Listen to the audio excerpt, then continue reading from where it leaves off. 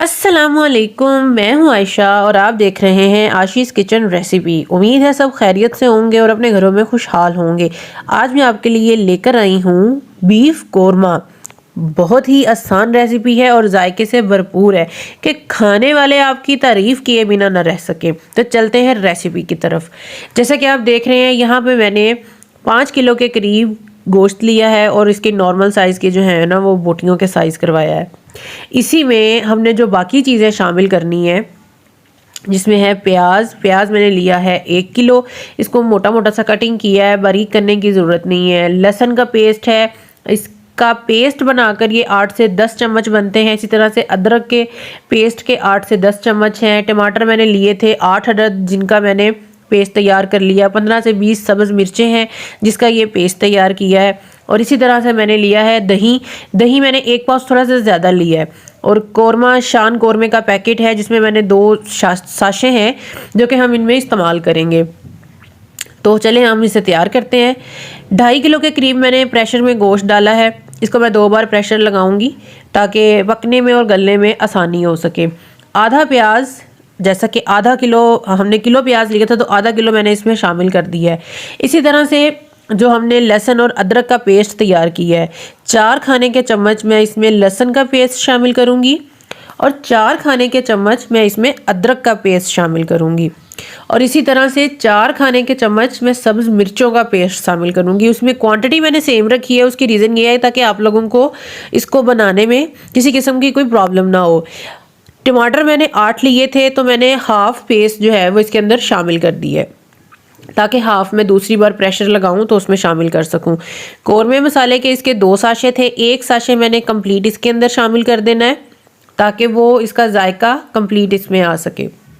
इसके अलावा जो स्पाइसेस हमारे हैं, जिसमें मैंने 3 खाने के चम्मच लिए हैं सब्ज़ सुरख मिर्चों का सुरख मिर्चें ली हैं। और इसमें मैंने 2 खाने के जो चम्मच हैं, 2 से थोड़ा कम लगा लें कि 1.5 खाने का चम्मच मैंने हल्दी शामिल की है, 2 खाने के चम्मच मैंने नमक शामिल किया है और मैंने 2.5 गिलास के करीब इसमें पानी शामिल किया है।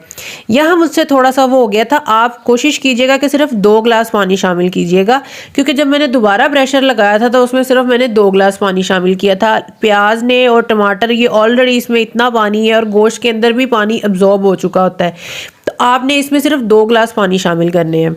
और उसके बाद मैंने प्रेशर लगा दिया। प्रेशर मैंने चलाया इसमें 25 से 28 मिनट के करीब। तो ये प्रेशर का टाइम इतना था। जब प्रेशर चला है तो उसको हमने अलग कर दिया।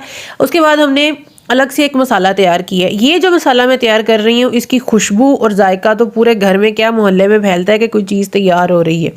तो जी मैंने 2 चम्मच लिए थे साबुत धनिए के, 2 चम्मच सौंफ के और 2 से 2.5 चम्मच मैंने लिए ज़ीरे के।